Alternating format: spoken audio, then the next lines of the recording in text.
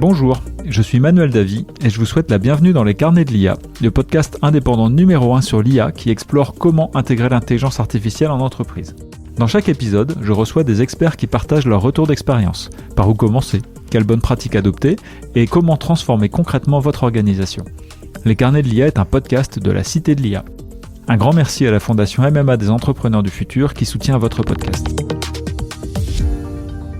Bonjour à tous, j'ai le plaisir d'être aujourd'hui avec Julien Vigneault qui est directeur chez Deloitte à Lille. Alors est-ce que tu pourrais te présenter et puis nous rappeler en quelques mots également qui est Deloitte ? Je m'occupe de plusieurs offres, notamment une offre supply chain pour nos clients régionaux qui sont essentiellement des retailers et des entreprises de la grande conso. Et puis une deuxième offre sur la data et l'IA. Et donc, pour vous rappeler qui est Deloitte, c'est le plus grand cabinet de conseil et d'audit au monde, parce qu'on est numéro 1. On doit faire à peu près 80 milliards de chiffre d'affaires par an dans le monde. Donc, on propose aux clients de nombreux services professionnels. Ça peut être du conseil, ça peut être de l'audit ou ça peut être du juridique avec nos avocats. Très bien, merci Julien pour cette présentation. Alors la thématique en fait qui nous intéresse aujourd'hui, et je suis très heureux que tu viennes en parler, c'est ce que change aujourd'hui, ce qu'apporte également l'intelligence artificielle et la data dans le monde de la supply chain et de la logistique. Alors est-ce que tu pourrais peut-être nous donner ta vision de là où on en est et puis s'il y a également des grands changements qui apportent des vraies nouveautés pour les entreprises ?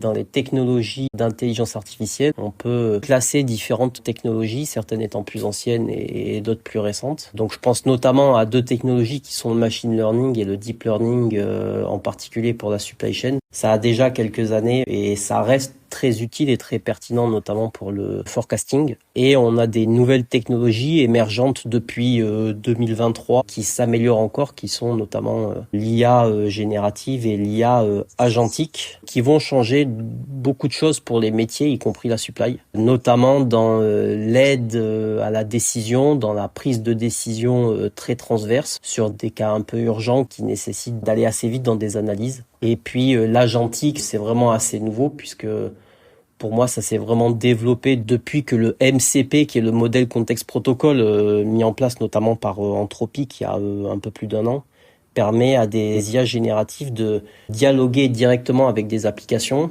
de manière universelle, donne la possibilité à ces IA génératives de générer du code et des instructions pour des applications. Donc on peut tout à fait imaginer une IA qui passe des commandes ou qui exécute des actions dans des systèmes supply qui avant étaient pas forcément automatisés et qui étaient encore à la main du métier.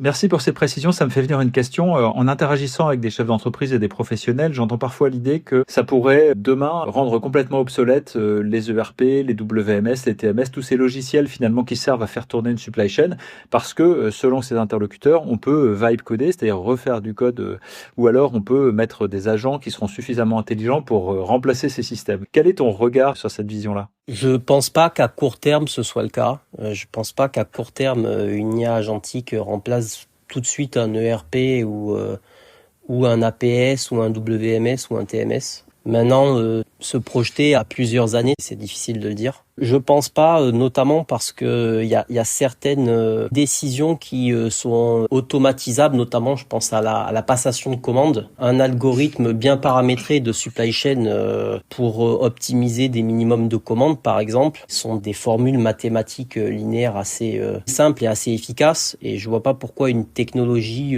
comme l'IA générative ou agentique le remplacerait tout de suite en fait. Tu mentionnais tout à l'heure le deep learning, le machine learning, en disant que ça avait un intérêt encore sur le forecasting. On voit beaucoup de projets émerger dans les entreprises où finalement il y a un investissement qui est fait pour améliorer les forecasts, avec parfois des data scientists très pointus, et à l'arrivée des courses, parfois un constat que ça n'a pas changé grand-chose en termes de qualité des approvisionnements et de la gestion des stocks. Comment toi tu regardes ce constat-là ? Le forecasting, en particulier la prévision de vente, c'est ce qui se trouve à l'entrée de la supply. J'appelle ça la locomotive de la supply chain. Maintenant, ça ne fait pas tout. Vendre que l'amélioration du forecast va complètement révolutionner les performances de la supply, c'est pas tout à fait vrai. En fait, ça dépend beaucoup du business du client et du type de produit, notamment tout ce qui est produit qu'on va appeler des slow movers, qui ne tournent pas beaucoup, pour lesquels en fait une supply chain doit commander des packs, donc en fait des minimums de commandes qui représentent des mois de couverture de vente. En fait, s'améliorer sur de la prévision de vente sur ce type de produit, ça n'a pas d'impact réel sur la supply parce qu'en fait, de toute façon, se tromper un petit peu ou moyennement, ça change rien puisque pour commander, il faut aller au minimum de commandes qui est largement au-dessus. Donc la prévision de vente, en réalité, n'a pas un impact réel sur l'approvisionnement et sur la qualité du stock. Donc ça, c'est un exemple, mais il existe d'autres exemples sur des produits qui tournent beaucoup. Si il y a une stratégie de merch, par exemple, où il faut remplir absolument les rayons et les rayons sont trop grands, trop profonds par rapport à la demande du client, c'est un peu la même chose. On peut s'améliorer sur la prévision, mais on aura toujours du surstock parce que c'est une question de merch plus que de prévision. Ce que je trouve intéressant dans ce que tu dis, c'est que peut-être un des faits qui est nouveau dans la supply chain, c'est qu'avant c'était un domaine qui était beaucoup traité par les gens de la logistique et de la supply chain, et que là, avec l'arrivée de la data et de l'IA, il y a des profils data scientist, data engineer, qui sont un peu novices sur la supply chain et qui posent parfois des questions naïves et qui aident en fait à rafraîchir le regard sur ce qui fonctionne bien ou ce qui fonctionne pas bien dans la supply. Est-ce que c'est quelque chose que tu as observé aussi ? Oui, complètement. C'est sûr que se reposer des questions fondamentales en prenant du recul sur la supply chain, son imbrication avec les autres métiers. C'est vrai que je parle beaucoup du retail, mais la supply chain dans le retail est cœur business et doit travailler avec les métiers du commerce, du merch, du pricing et de la finance. Effectivement, ça peut être utile. Très bien. Merci pour ces premiers éléments de réponse. Ça nous amène à notre première question.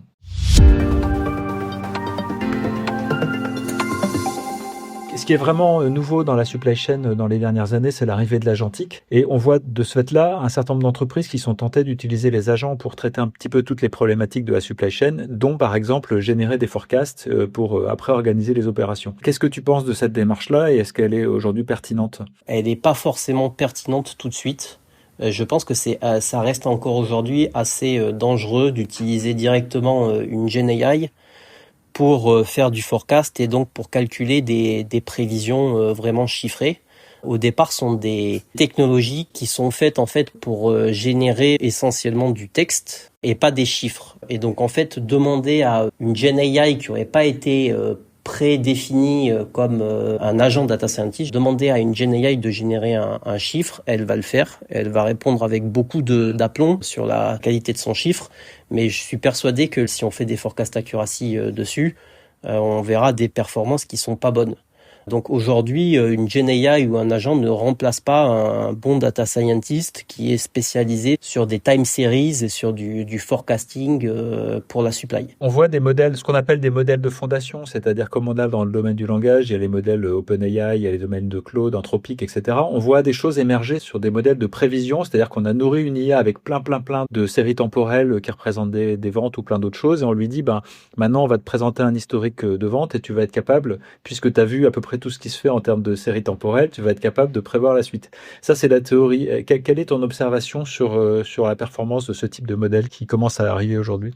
Mon observation, c'est que ça n'est pas encore au niveau d'un data scientist expérimenté qui va comprendre le besoin du client et coder l'application de forecasting.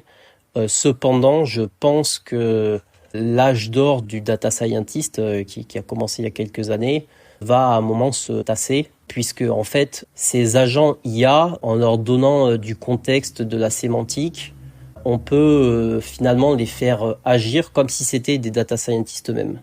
Et donc en fait, effectivement, un agent IA demain qui est bien formé sur des méthodes de data science pour éviter des hallucinations et qui est aussi entraîné sur typiquement des modèles classiques en Python qui appellent des algorithmes de ML ou de deep learning. Demain, cet agent, en fait, je pense qu'il est capable de faire le travail d'un data scientist. Oui, c'est-à-dire qu'il y a un travail un peu systématique et répétitif dans le travail du data scientist que l'agent pourrait mettre en place pour un grand panel finalement de situations classiques en entreprise. Notamment ce qu'on appelle le feature engineering, qui est le fait de récupérer la bonne data, la préparer pour la meilleure absorption finalement de l'algorithme de prévision.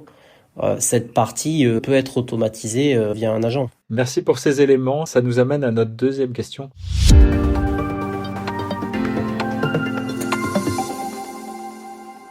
Les IA génératives, les agents, ça change pas mal le monde de la supply chain. Et si on se projette un peu maintenant vers l'avenir, à 3, 4, 5 ans devant nous, qu'est-ce qu'on peut voir arriver finalement comme changements majeurs qui vont continuer de transformer les organisations supply chain? Les directions supply ont besoin de travailler notamment sur l'aide à la décision parce qu'il y a des progrès à faire, notamment sur de la décision transverse. Il y a de nombreux cas métiers supply chain qui en fait sont connectés avec du commerce, avec de la finance, avec du pricing. Et en fait, ces cas métiers étaient difficilement adressés ou adressés dans l'urgence de la situation, avec des données fragmentées et pas forcément les bons dashboards pour prendre les bonnes décisions. Et je pense que ça change avec, pour le coup, l'arrivée de l'IA agentique. On va avoir de nombreuses, si c'est pas déjà le cas, de nombreux systèmes supply qui vont être équipés de connecteurs, ces fameux connecteurs MCP, et ça va permettre notamment à des IA de venir capter de la donnée supply, mais autres métiers un peu partout, et pour le coup de faire des analyses croisées, intermétiers, beaucoup plus rapidement et plus fiables, à condition que l'agent soit bien paramétré pour éviter des hallucinations, mais plus fiable, plus rapide que ce qui était fait avant. Finalement, est-ce qu'on peut s'attendre à voir dans le monde de la décision en supply chain ce qu'on a vu apparaître dans le monde de l'exécution, avec partout des robots qui finalement exécutent en fait la réalisation des commandes, la mise en stock, etc. Est-ce qu'on peut s'attendre à voir la même chose dans le monde virtuel de la décision ? On peut s'attendre à voir cela sur de la décision répétitive, opérationnelle. J'aime bien prendre le cas du markdown pour les entreprises qui vendent des produits. Le markdown, c'est la promotion, c'est la réduction du prix pour... C'est l'impact d'un changement de prix sur les volumes, donc sur le stock, mais aussi donc sur la marge, la profitabilité finalement du commerce. Demain, c'est le type de décision qui va impacter finalement la finance, la supply, le commerce, mais qui peuvent être automatisées avec de l'IA. C'est assez répétitif à chaque fois qu'il y a par exemple un changement de gamme ou de collection, se pose la question du markdown. Et donc c'est le type de décisions qui pourront être automatisées ou qui le sont déjà avec de l'IA. Le reste, ce sera de l'aide à la décision par l'IA, notamment les décisions stratégiques à tactiques ou pluriannuelles sur l'ouverture d'un magasin ou d'un entrepôt ou sa fermeture. Je vois pas encore une IA décider à la place d'un dirigeant. Par contre, avec des technologies de type jumeau numérique, elles peuvent permettre de simuler un certain nombre de scénarios pour éclairer la décision. Très bien, écoute, merci beaucoup Julien Vigneault pour tous ces éclairages sur le sujet inépuisable de l'IA dans la supply chain. Merci pour ces témoignages. Quant à nous, on se retrouve dans 15 jours pour un nouvel épisode. D'ici là, n'hésitez pas à vous abonner à notre chaîne et à nous retrouver sur notre site internet www.citea.fr. À très bientôt.